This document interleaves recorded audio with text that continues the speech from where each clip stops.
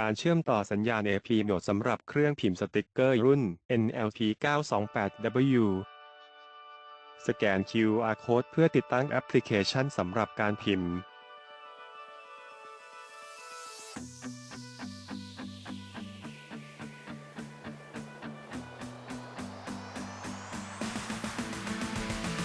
เปิด Wi-Fi และจับสัญญาณที่ชื่อ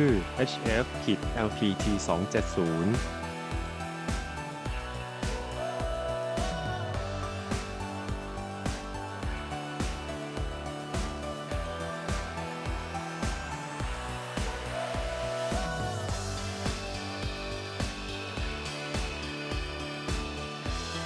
จากนั้นทำการเปิดแอปพลิเคชัน Print Label คลิกที่เชื่อมต่อ Printer ป้อน IP 10.10.100.254 และกดปุ่มเชื่อมต่อ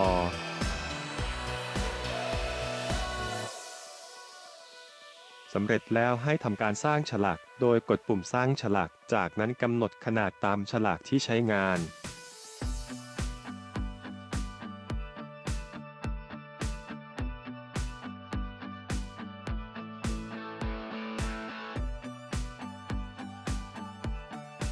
ป้อนข้อมูลที่ต้องการพิมพ์โดยในแอปพลิเคชันจะมีเมนูต่างๆสำหรับจัดวางและกำหนดค่ามากมาย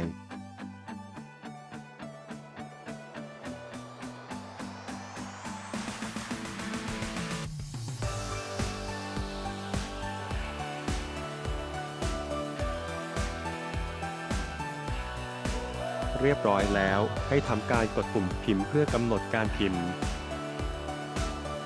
กำหนดจำนวนแผ่นที่ต้องการและกดปุ่มพิมพ์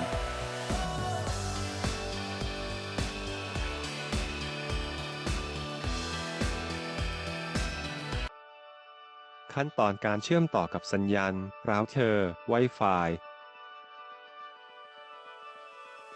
ที่มือถือให้จับสัญญาณเราเตอร์ Wi-Fi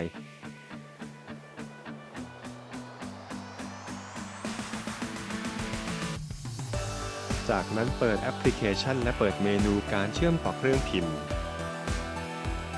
กดปุ่มทอนปิกตอนรหัสผ่านของเราเตอร์ Wi-Fi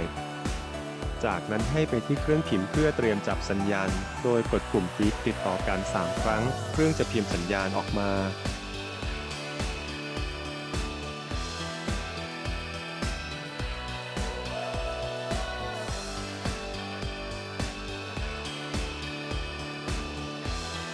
จากนั้นกลับมาที่แอปพลิเคชันและกดปุ่ม Start เพื่อรับออโต้ IP จากเราเตอร์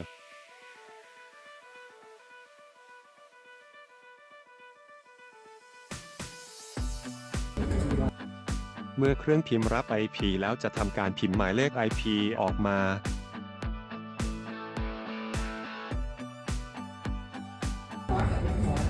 ให้นำ IP มาป้อนที่แอปพลิเคชัน